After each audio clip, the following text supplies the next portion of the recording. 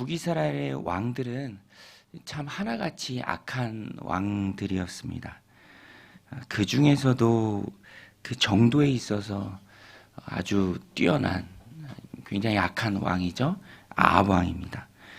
오늘 본문부터 이제 아합 왕이 나오는데요. 그러나 하나님께서는요, 어두운 시대에도 하나님의 선지자를 보내주셔서 말씀하시죠. 아합 왕은 특별히 어두운 시대를 이끌던 자였습니다. 그의 악함이 어느 정도인가 성경이 설명할 때 뭐 여로보암 정도는 좀 가볍게 여길 정도로, 여로보암 왕의 죄는 가볍게 여길 정도였습니다. 열왕기상 16장 31절에 보면 느밧의 아들 여로보암의 죄를 따라 행하는 것을 오히려 가볍게 여기며 시돈 사람의 왕 엣바알의 딸 이세벨을 아내로 삼고 가서 바알을 섬겨 예배하고 사마리아에 건축한 바알의 신전 안에 바알을 위하여 제단을 쌓으며 또 아세라 상을 만들었으니 그는 이전에 이스라엘의 모든 왕보다 심히 이스라엘 하나님 여호와를 노하시게 하였더라. 이스라엘의 진정한 왕은 하나님이신데 진정한 왕인 하나님을 노엽게 하는 사람 세워진 왕이었다라는 것입니다. 바알과 아세라 천지를 만들죠. 이 아합이 또 이세벨을 아내로 맞이하면서 왕비로 맞이하면서 정말 이스라엘의 왕이신 하나님의 그런 모습이 없어지게 보일 정도로 정말 악한 왕이었습니다. 근데 하나님은 너무너무 감사한 것은 두고 보시지만 않으시죠.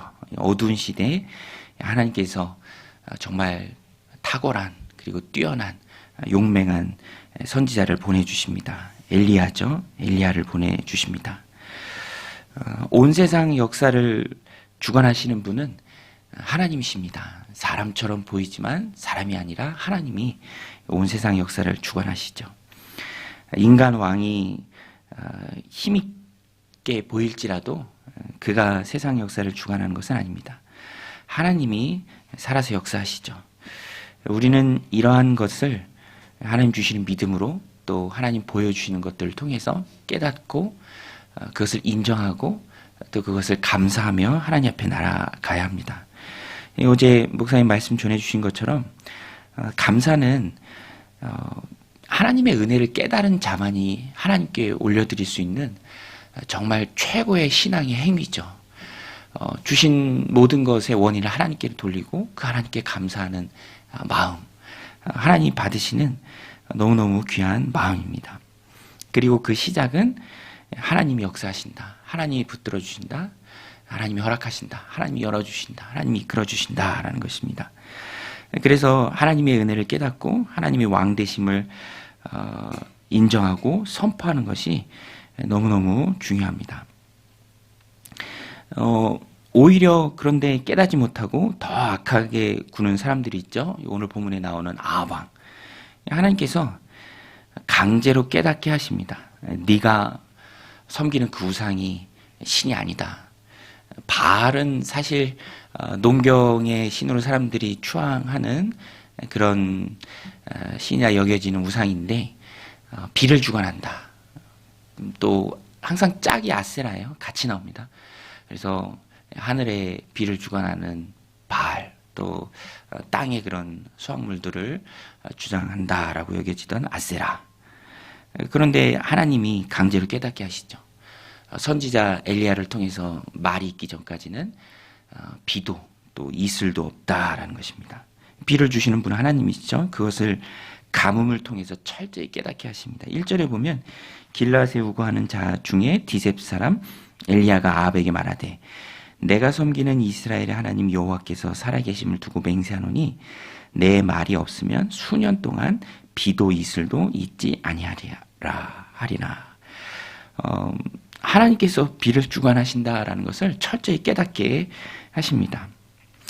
그리고 또 엘리야가 위협을 당하니까 하나님께서 엘리야를 숨겨주십니다. 하나님의 이 선지자를 하나님이 지켜주시죠. 지켜주시는데 그를 보호하시는데 까마귀를 사용해서도 보호하십니다. 5절, 6절에 보면 그가 여호와의 말씀과 같이 하여 곧 가서 요단 앞 그리 시내가에 머물매 까마귀들이 아침에도 떡과 고기를 저녁에도 떡과 고기를 가져왔고 그가 시냇물을 마셨으나 땅에 비가 내리지 아니하므로 얼마 후에 그 시내가 마르니라. 하나님께서 까마귀를 통해서도 하나님의 사람을 지켜주십니다. 그래서 오늘 열왕기상 17장 초반부의 말씀 통해서 우리가 분명하게 깨닫는 것은, 또 깨달아야 할 것은, 하나님이 비를 주시는 분이시고요. 또 어두운 시대도 하나님이 그냥 지켜만 보시지 않고 엘리야를 통해서 또 말씀을 주십니다. 그리고 그 하나님의 사람 엘리야, 하나님의 일을 하는 선지자를 하나님이 지켜주시되 까마귀를 통해서도 하나님께서 보호해 주십니다. 이런 것을 다 종합해 보면 오늘 본문이 우리에게 주는 메시지죠. 하나님을 믿고 또 안심하라. 세상의 역사를 주관하시는 분은 하나님이시다. 우리는 이것을 인정하고 또 하나님의 도우심을 기대해야 하고요. 또 하나님의 그 도우심을 맛보고 하나님 앞에 감사하는 삶을 살아야 합니다. 하나님만 더욱 의지하며 나아가야 합니다. 하나님께서 도우시죠. 사람이 없으면 까마귀를 통해서라도 도우시는 분이 바로 하나님이십니다. 이 기도 응답이 그 중심에서 또 기도하는 시간을 통해서 하나님 앞에 구할 때 응답을 통해서 하나님이 그런 도우심을 우리로 하여금 체험케 하십니다. 여러 모양으로 우리를 도우시는 그 하나님을 우리가 체험하죠. 그래서 고백합니다. 신앙생활조차도 내가 하는 것이 아니라 내 믿음이 어느 때는 연약해질 수도 있는데 기도하는 시간을 통해서 또 기도짝을 위해서 또 구하는 그 시간을 통해서 하나님이 응답하심을 우리가 경험하게 되고 그러면서 우리의 믿음과 신앙도 더 굳건해지는 것이죠. 정말로 하나님 살아서 역사하시고 또 우리의 기도를 들어주시는구나. 그런 고백을 나누고 또 간증을 접할 때 참 우리가 은혜가 됩니다.